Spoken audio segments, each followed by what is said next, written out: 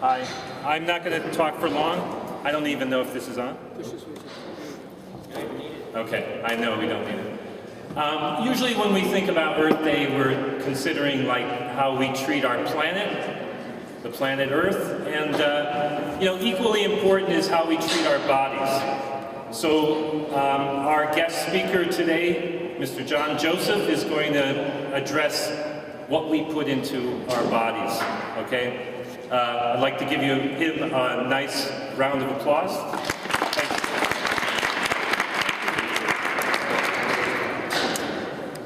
you. Thanks for having me. Amy hit me up a while ago about coming up here and speaking to you guys. And to me, it's very important. It's called Paying It Forward. I do a lot of these engagements at high schools, correctional facilities, group homes, all types of places. And even though I'm leaving, my band is going on a European tour tomorrow morning for 3 weeks. This, to me, is the most important thing that you can do to help somebody, is to spread knowledge. And just a little bit of my background, so you know where I'm coming from. I'm 52 years old. I haven't eaten meat in 33 years. And I have a little relationship to the Bronx because when I was a juvenile, after growing up on the streets, in orphanages, abusive foster homes, group homes, I ended up getting incarcerated in Spofford Juvenile Correctional Facility for 3 months, and then I served 18 months upstate in a prison. So we were actually, if anyone is watching Scared Straight now, that's on, we, in Lincoln Hall, we were the first ones to ever go into Rawway State Prison. That's what it was called back then. And it was meant to wake us up and let us see that this is a place you don't ever want to go to. So, you know, between that and then what I experienced in my life in all these different institutions, I really felt that I needed to make a change in my life, because all the guys I ran the streets with got murdered, ended up in prison. Actually, I was shot on the street. I was involved in the angel dust trade. I was stabbed in Spofford. If anybody is familiar with Spofford, I know they just closed it. Anybody know about that place? Right. I was the only white kid in Spofford. And I had to fight every single day that I was there. But that's not a way that you really want to live your life. And the big change that happened to me was in 1981, when I was really searching for something in life. I met this band called the Bad Brains. And they were all Rastafarians. And they ate a plant-based, organic diet, raw foods. So these guys were incredible. The lead singer was just an incredible athlete. He was the state champion pole vaulter, track athlete. These guys were like amazing athletes. And I'm like, yo, how do you do that without eating meat? And they're like, real strength comes from a plant-based diet. It's a clean diet. It doesn't destroy the environment. It doesn't hurt animals, and it leads to a higher consciousness. That was the two things in my life that really made the change. Once I stopped eating the meat, because you have to realize something, what those animals were going through. You're ingesting all of that pain and suffering when you eat that piece of meat. So that's affecting you. You don't think it is, but it affects you emotionally. As a matter of fact, a lot of my friends go into the prison system now and they're introducing vegetarian diets and meditation. And the violent rates in the prisons that these guys go in and do these programs, the violence in those prisons are dropping considerably. As a matter of fact, one guy was in this magazine called Sacha, which means the mode of goodness. And he was serving multiple life sentences for murder in a maximum security prison, Sing Sing.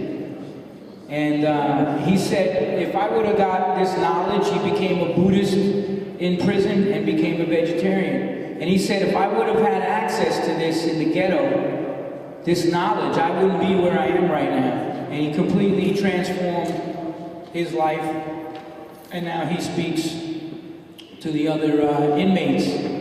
And that's what it is. You become like a touchstone. See, the Bad Brains got me to go for this change. I started doing yoga, meditation, all of that stuff. And then over the last 33, almost 34 years, I've made tens and thousands of people all around the planet, you know, get off the drugs, you know, watch what they're eating, pay attention to what they're eating, try to open up their minds to higher consciousness. And it's not corny to be different. A lot of people now want to fit in with the group. When I was doing this 33 years ago, everybody laughed at me, oh, what are you doing? But now, at 52 years old, I compete in Ironman triathlons. Anybody know what that is?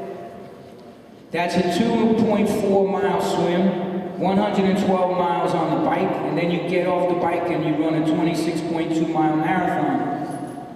So that's what I do now. Now these people are all coming to me. They got diabetes, they got all these health issues, heart disease, and they're saying, yo, John, how do I make the change now? I got kids and I don't want my kids growing up sick. I'm sick, my whole family's sick. And then I start educating them, sending them to websites to see movies like Forks Over Knives and these different movies, even Food Inc. about the agriculture. Speaking on the fact that it was Earth Day, you have to realize something. You guys coming up now, you are going to be the custodians of this planet one day. And these people from my generation and older, I guess I just found out I'm a baby boomer. I didn't even know that because I'm born in '62. I'm like, damn, I'm old. But you guys are going to be the custodians of this planet. And what we are doing to this environment right now, they're not putting it in the press, but I got boots on the ground. One of my good friends is a Navy SEAL, and he was in that movie Act of Valor. Anybody see that movie? AJ, the guy from Trinidad, the world champion Muay Thai fighter, is a very good friend of mine. And he warned me because the Navy's testing that water off of Fukushima now. And he's telling me, man, yo, this is real, bro. This radiation coming over here. And not just that, but even if you look at the spill in the Gulf, what happened, prior to even BP spilling that oil, there was a dead zone in the Gulf of Mexico the size of New Jersey. And that was from all of the runoff coming from the slaughterhouses and the pesticides coming off of these crops that they're growing now, these genetically modified crops, which are using massive amounts of pesticides. It's all about money and corporations in this country and big pharmaceutical and all of these drug companies.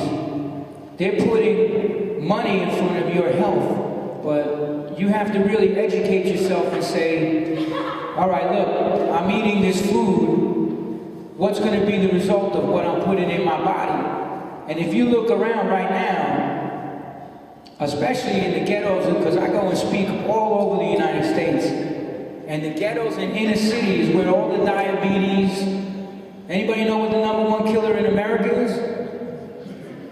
Huh? Heart disease. Heart disease is directly related. It ain't genetic, it ain't hereditary, all this stuff they're telling you.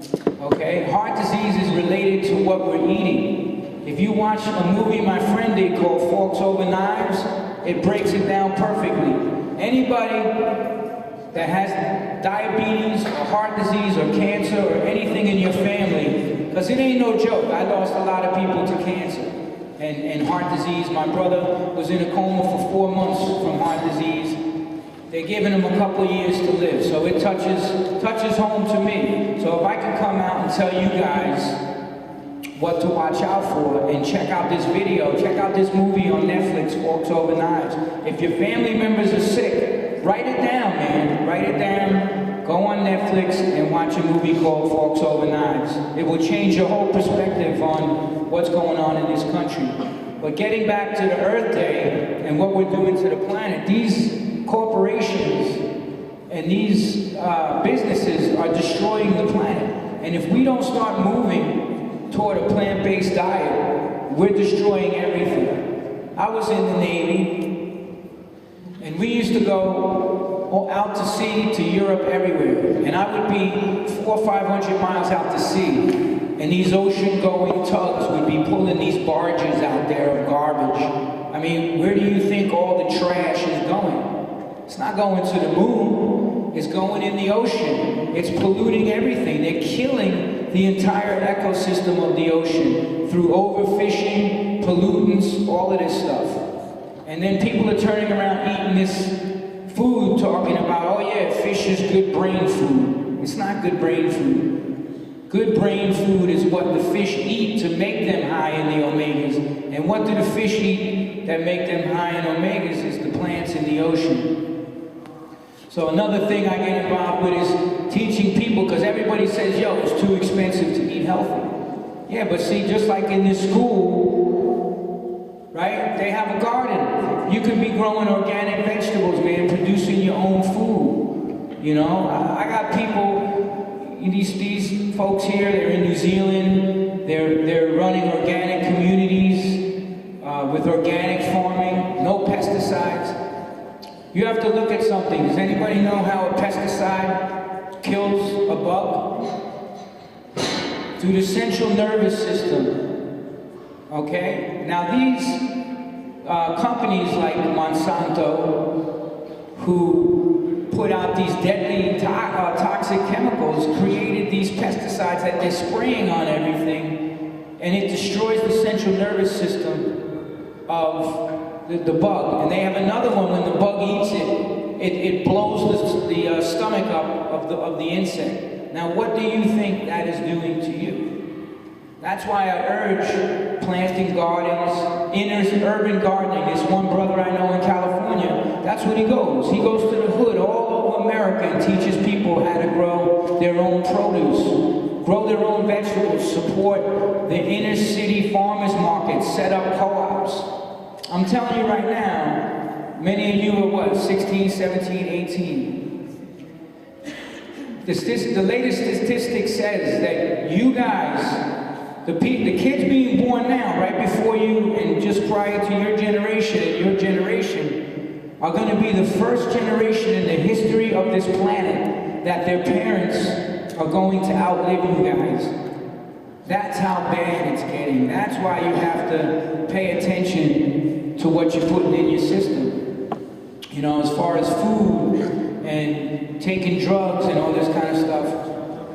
You know, my nephew was running around, and I'm going to air out my dirty laundry of my family, running around thinking he's all that, hanging out with, Paris Hilton and all these people, going to Bamboo and Butter and all these clubs for years, selling drugs to these people. And I said, Frank, see, my brother that's dying is an alcoholic and a drug addict. So he didn't raise his kid, I raised him. Because I didn't want him to go through what I went through. And I kept telling him, Frank, you are from the street, you are hanging with these rich kids. The minute they get caught, they're going to snitch on you and you're going to go to prison. Well, 2 weeks ago, after a lot of cases, he did a home invasion on a drug dealer, robbed his drugs, violent felony. He's doing 4 years in a maximum security prison. He just got sentenced 2 weeks ago. And the sad part about it is he's 30 years old. He's not a kid. And he knew better, but he just kept hanging around the wrong people, and that's what goes down. And it's the same thing. That's why I always tell kids, don't be afraid to break away. The real man is the one who can stand on his own 2 feet and doesn't have to follow the crowd and the trend when it's trending towards something negative. That's what I always tell people. The real soldier, the real tough guys. My friend that got locked up, he did 25 years in Sing Sing, okay? And he got out of Sing Sing, Puerto Rican guy from the LES. That's where I grew up, Alphabet City. And he said, you know what, they ain't no tough guys. They're all behind bars or they're 6 feet under.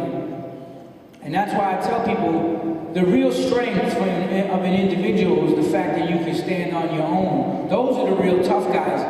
You know, physically being strong is one thing, but mentally being tough is the real thing. And that's even like my friend who's the Navy SEAL when he went to BUD/S. If you ever watch on the Discovery Channel when they go through BUD/S, it ain't the guys that got all the muscles that make it. It's the guys that got the head on their shoulders. It's the guys that don't quit.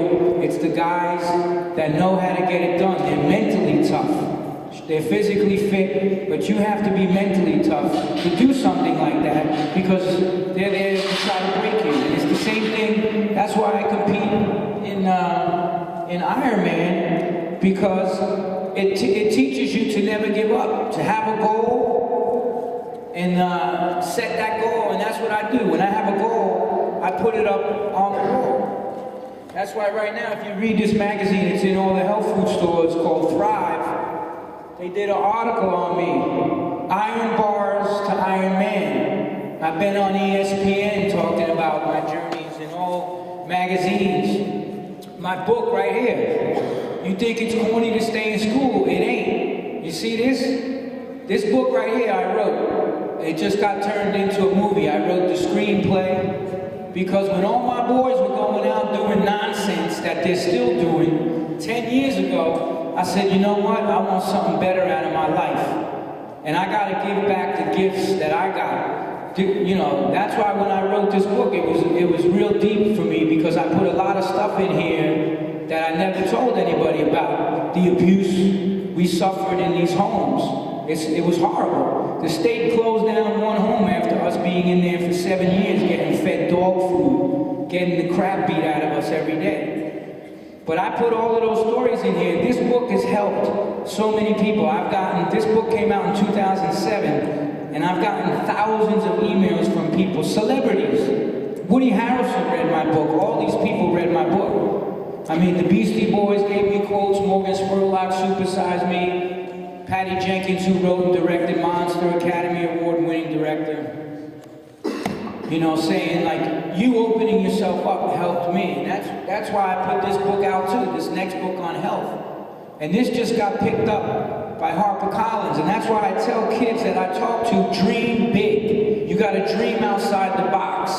You gotta put your goal up on your wall. You see this book? I just got a $250,000 advance for this book, okay? That's because I put the work in, and I was passionate about what I believed in, and more importantly than anything, I didn't even care about the money. I was writing something that was going to help other people, because thousands of people, I put this out, we did 10,000 copies of this book, and then HarperCollins picked it up, it comes out July 8th, in every single store, it's going to be in. You know, so we went out there, we spent our own money, and we put this out. I didn't do it for economic reasons, to make money. I really was passionate about helping people. I know what worked in my trip, what got me out of the prison system, what got me off the streets, you know? What got me out of the drugs and the drinking was having a dream. That's what you have to have. See, New York is, I'm telling you right now, we're a special breed, man. We got something nobody else has. People that grow up in this city, there's something about people that grow up in this city. And you can go anywhere on the planet and survive. Because New Yorkers don't take prisoners, man. We get stuff done. And I'm telling you now, my band has been all over the planet. Japan, Australia, South America, Canada, Mexico. I'm going to Europe for about the 20th time for a tour. And I meet people everywhere, you know? And I tell them, it's this city makes people, it's either going to do two things for you. It's either going to break you and make you do negative things, or it's going to help you to strive and get ahead in life. I mean, I'm friends with Vin Diesel and all these guys that are big actors now, Malik Yoba, all these guys doing movies, Guzman. He grew up on Alphabet City. Even from Boardwalk Empire, what's his name? Steve Buscemi came to see my band play with his son at CBGB's. So a lot of great people have come out of New York, and you know, that's the thing about growing up in this city. It gives you a determination, a drive. And if you really set a goal, you can get it done, man. That's, you know, these schools are great places. And, you know, you really have to take advantage of the curriculum that's being offered, you know, the writing, all of that stuff. You know, I spoke at this high school in Bed-Stuy. So, you know, I walked in there, and the teacher read this book, Evolution of Cro-Magnon, and she was like, I want to have you come in and talk to these kids. They're all gangbangers, Bloods, Crips. And, you know, when I walked in, to be quite frank, I heard the rustling. Who's this white motherfucker coming in here talking? What the fuck does he know? Straight up, you know? And then I walk in the auditorium, take off my jacket, they're like, yo, that motherfucker got mad tattoos. And as I started telling people my story, they were able to identify with what I went through and where I was at. And there was this one kid, and he stuck out at me because he thought he was a real hard rock, you know, doing the whole time I'm talking. I didn't pay it no mind. But when I got to the deep stuff that happened to me in the foster homes and all this stuff I went through, you could see that that brother was coming from a place of pain, and that's just a whole big front. He was wearing a mask. That's the difference. There's true character and there's characterization. Characterization is how you walk around, you put your whole show on. But true character is only revealed under pressure. That's why the Marines say, when the going gets tough, the tough gets going. So by the end of the talk of this class, I was walking out down the hallway to leave, and the brother comes up to me, and I was behind everybody else, and he was like, yo, my man, like, I heard all that stuff you were saying, and like, yo, I really want to get into acting. How do you do that? You know? And I told him, I said, look, man, I'll help you out. If you're really serious about this, I'll point you in the direction of some acting teachers, you know? And I did. And he took up, and he started taking theater, and he wrote me an email about a year ago, thanking me for coming in and talking to that school, you know? And I race triathlon for charity all the time. Cancer, I raced the New York City triathlon last summer for Covenant House, and I met another kid, you know, and he just got out of Rikers Island, and he was in Covenant House, and he says, yo, you know, after I was there with my bike, I was, you know, because it was like they get to meet the athletes, so all the other people racing came up. But the people that gravitated towards me for a certain reason, because I connected with him, and he comes up to me and I said, yo, what are you passionate about? What do you want to do? Because the counselor said, please talk to this kid.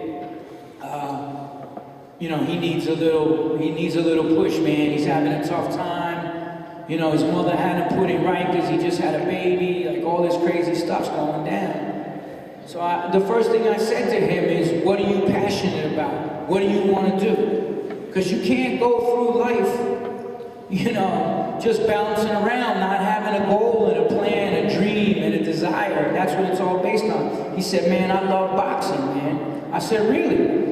Well, my boy is with Everlast Boxing. He's down with Evander Holyfield. How serious are you? He said, I'm serious.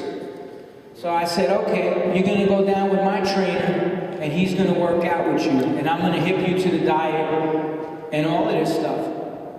And he stuck with it for a while, and then he got in with the wrong crowd, and got caught with some drugs, went back to Rikers Island. See, not everybody is going to be a success story when you go in. The last high school I just spoke to, they arrested some of the MS-13 boys that morning. The cops were there with shotguns, pulling 2 kids out of the high school up in Massachusetts for running a heroin ring. And they're like, yo, shit's going to be on pins and needles. I had armed cops in the auditorium where I was speaking, but that don't faze me because I come from that world, see? There's nothing anybody could do to shake me. And that's why when people ask me, you know, what was the change that really took place in my life, I say it in this book. What changed my entire life was the day I said, I'm not gonna eat meat no more. I'm gonna stick with try this vegetarian thing. Something clicked in my brain, man. It was like all the anger, all that stuff, because of what was done to me as a kid. I was a violent dude on the streets. I would put a baseball bat upside your head in a minute. As a matter of fact, I go up to the places that I was incarcerated, and I went to Lincoln Hall about 5 years ago, and one of the ladies was still there, and she said, "You kids all think you're tough. This crowd of this guy and who he was in here with, they were real tough guys. And it's nothing to be proud of, but because of all the anger issues I had and what I went through as a kid, that's the only way I could channel that, was hurting people. And then it started to make me feel bad doing that. I wasn't a bully, but if somebody messed with you on the streets, that's what you gotta do. You know, you had to stand up for yourself. So all that anger, all that stuff, the minute that I stopped ingesting, you know, those animals, man, a whole new world. It's like my karma in my life just completely changed, man. I started meeting these amazing people. I started playing music. I started writing. Like, I got physically fit, like crazy. I mean, I boxed in prison. I boxed in the Navy. I've been doing martial arts 30 years. You know, all my friends are in the UFC, James Wilkes, Matt Danzig, Jake Shields, you know, the Diaz brothers, I know them all. And all of these guys now are making the move to the plant-based diet. Even the new second baseman that's coming to the Yankees, this football player Foster from the Oakland Raiders, because they're starting to realize, dude, the food we're eating is making us sick. It's making us sick, it's making our families sick, and it's making the environment sick. So if you really want to be caring about Earth Day, our bodies, first of all, are like mini Earths. You know, you look at the body, that's exactly what it is. This is a microcosm of the whole planet. So you got to start here and give a shit about what you're putting in your own body, and then work towards trying to straighten out the environment, your neighborhood, whatever. And that's why these gardens, these, you know, sticking your hands in the dirt, man, and learning that trade. You know, when 9/11 hit, it really showed me how much we are not self-sufficient in this city, because no trucks could get into the city to deliver anything. And within one day, all the health food stores and all the markets were completely, their shelves were empty. So it's important to have those skills. And when I meet people that are farming, and this guy doing this urban gardening thing, rooftop gardens, I met another person that comes to the Healthy School Lunch program. He does the gardens on the rooftop. You know, you really want to pick the brains of these individuals and find out what they're doing, and support the garden in the school. Ask for alternative. The reason they're serving you guys friggin', you know what a hot dog is? A hot dog is every friggin' byproduct of